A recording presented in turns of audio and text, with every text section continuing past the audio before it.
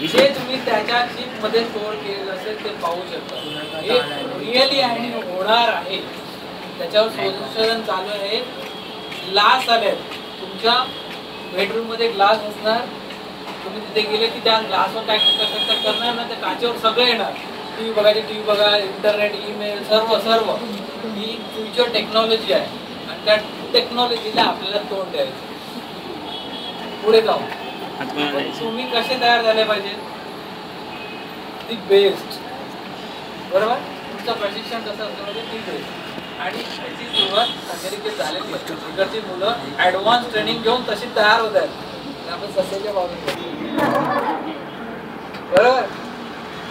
म्हणून टेक्नॉलॉजी हा जो पार्ट आहे आपल्या सक्सेस म्हणजे तुम्हाला टेक्नॉलॉजीचं नॉलेज असणं, वापर केलं हे चांगलंच आहे, पण नॉलेज असणं आवश्यक आहे. टेक्नॉलॉजी आत्मसात केली पाहिजे, जास्तीत जास्त टेक्नॉलॉजी वापरली पाहिजे आणि ते पुढे त्याचा वापर केला. आता मी ना मध्ये 4 वाजता आहे. आता मी काही मुलांना बोलतो, अरे तुमचा कोर्स झाला, सर्व झालं, त्या पेपर पण एक्झाम पण आहे ना, 12th ची एक्झाम आहे ना.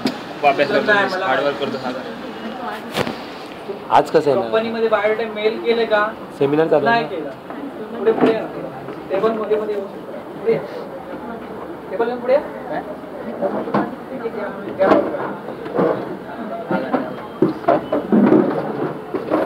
मग जर तुम्हाला टेक्नॉलॉजी वापर करता आला, तुमच्या मोबाईलमध्ये पण ईमेल वगैरे ओपन करता येतं, ईमेल वगैरे डाउनलोड करता येतो.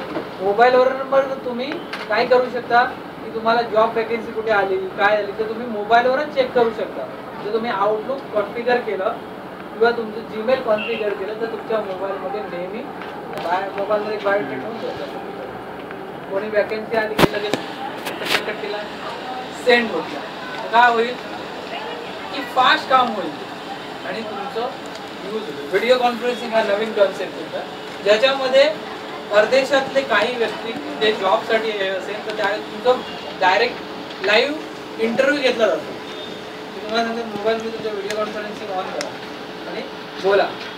ते लोक इथे येणार नाही, काय करणार, तुमच्या तिथे लाईव्ह इंटरव्ह्यू घेणार. म्हणजे सिस्टम हळूहळू चालू होणार. कारण आता 3G हा जो कन्सेप्ट आहे तो आउट होत आलाय. अमेरिकेमध्ये 4G आलाय आणि तुमच्याकडे काही दिवसात ते लॉन्च होणार.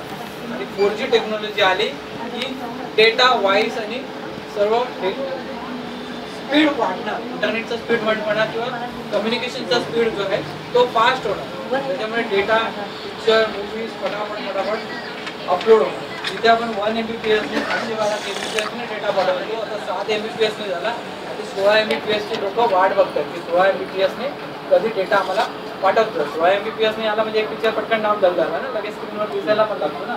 म्हणजे सर्व आपण या गोष्टीमध्ये कुठेतरी मागे पडतो. जीवनात सक्सेस होताना सर्वात पहिलं काय, टॅलेंट. दुसरं काय, आवाज नाही आला, दुसरा कोणता, टार्गेट गोल अचीव काय करायचं ते फिक्स करत नाही. तिसरं काय, निगेटिव्ह थिंकिंग नाही पाहिजे, पॉझिटिव्ह थिंकिंग पाहिजे. अभ्यास करायला बसलो, काय कर, जेव्हा काम हे करायचं ना त्यावेळी मला त्याच थिंकिंग करायची, मला तेच करायचं, दुसऱ्यामध्ये विचार आला नाही. त्यानंतर टेक्नॉलॉजीचा वापर झाला पाहिजे. जास्तीत जास्त टेक्नॉलॉजीचा वापर तुमच्या जीवनामध्ये झाला तर तुम्ही सक्सेसफुली पुढे जाऊ शकता. इव्हन तुम्ही तुमच्या अभ्यासक्रमामध्ये पण टेक्नॉलॉजीचा चांगल्या प्रकारे वापर करून घेऊ शकता.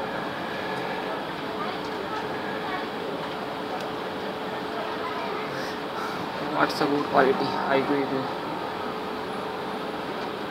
आता अजून एक कन्सेप्ट आहे आपल्याकडे की आपले जे नॉलेज आहे, आपण नॉलेज तर मिळवतो बरोबर, पण नॉलेज इनफ नसतं असं मी मगाशी बोललो. त्याच्याबरोबर काय झालं, नॉलेज म्हणजे काय की आपल्याकडे IQ आहे, इंटेलिजन्स क्वेश्चन आहे, मी इंटेलिजंट आहे, मला सगळं येतं, पण त्याचबरोबर EQ पण तितकाच इम्पॉर्टंट, इमोशनल क्वेश्चन. म्हणजे